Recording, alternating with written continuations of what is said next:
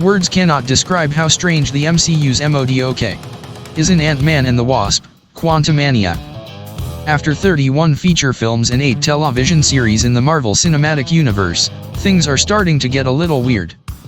If you would have told most Marvel Comics fans in 2008, when Iron Man was first hitting theaters, that 15 years later we'd be seeing the character M.O.D.O.K, which stands for mental organism designed only for killing, in a live-action film, they probably would have laughed in your face. But here we are. Part of the disconnect between some of the comic book/superhero adaptations of the early/mid-2000s was that while many comics are meant to celebrate the colorful, absurd, and exaggerated worlds of superheroes, many films tried to rein in this very spirit. Think about the first X-Men movie, when all the X-Men wore matching dark uniforms and the whole vibe of the movie just was dark realism.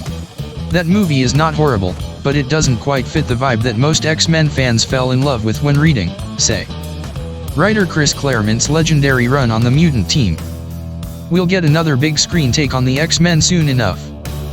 But where some of those early 2000s films failed, the MCU era has largely embraced the big, silly, fun that sometimes goes into comic book and superhero stories. And Ant-Man and the Wasp, Quantumania, which has a Star Wars-esque vibe and takes place in a mysterious and tiny quantum realm, really spends some time leaning into that. And it in particular leans into the camp when dealing with the character of M.O.D.O.K, who has a storied past in the comics but has never before been depicted in live action. Quantumania changes M.O.D.O.K's backstory, and while the character's look may just be a touch too bizarre for some, and it's certainly quite bizarre, the movie certainly lets it just be as campy, weird, and funny as possible. It's just a big weird floating head. Let's talk a bit more about M.O.D.O.K. Who is M.O.D.O.K in Ant-Man and the Wasp, Quantumania? If we're thinking about Quantumania in terms of Star Wars, the version of M.O.D.O.K that we meet is essentially a Boba Fett to Kong the Conqueror's Palpatine/Darth Vader.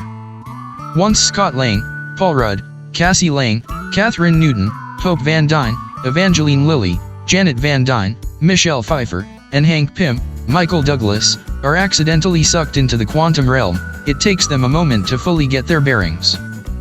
But we hear reference to an ominous figure, the Conqueror, who turns out to be Kong.